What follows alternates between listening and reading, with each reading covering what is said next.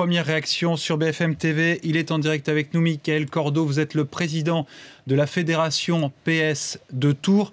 Jean Germain, figure indissociable du socialisme à Tours, qui s'est, semble-t-il, donné la mort. C'est un coup, évidemment, épouvantable pour la ville, pour vous aussi. Oui, bien sûr. Moi, j'ai fait partie de l'équipe municipale de Jean Germain entre 2008 et 2014. Cette nouvelle fait plus qu'attrister le socialiste que je suis et les socialistes d'Indre-et-Loire.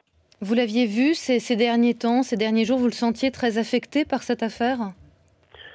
Écoutez, on savait qu'il était, pour reprendre votre terme, affecté par cette affaire. Moi, j'avais eu un échange téléphonique avec lui il y a une huitaine de jours suite au deuxième tour des élections départementales. Nous avions beaucoup parlé des élections et nous n'avions pas évoqué ensemble le procès qui s'annonçait. Je savais par ailleurs qu'il était préoccupé. Mickaël Cordo, cet homme, Jean Germain, donc vous le connaissiez évidemment très bien. D'après ce que vous savez de lui, comment pouvait-il vivre le fait d'être jugé à Tours, au tribunal juste à côté de la mairie qu'il a occupée pendant 20 ans ?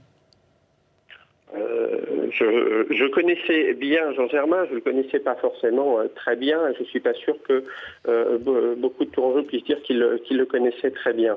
Ce que je sais, et c'est ce que je vous disais, c'est qu'il était très, très affecté par le fait de la médiatisation de ce procès et il se demandait comment cela allait se passer.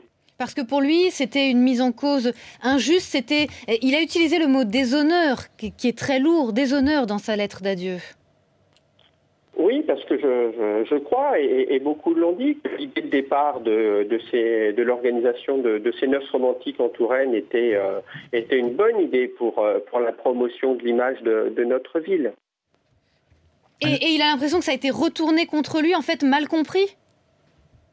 Oui, bon, et puis après d'autres aspects ont été développés dans le cadre de cette affaire, et c'est ce qui l'a beaucoup touché.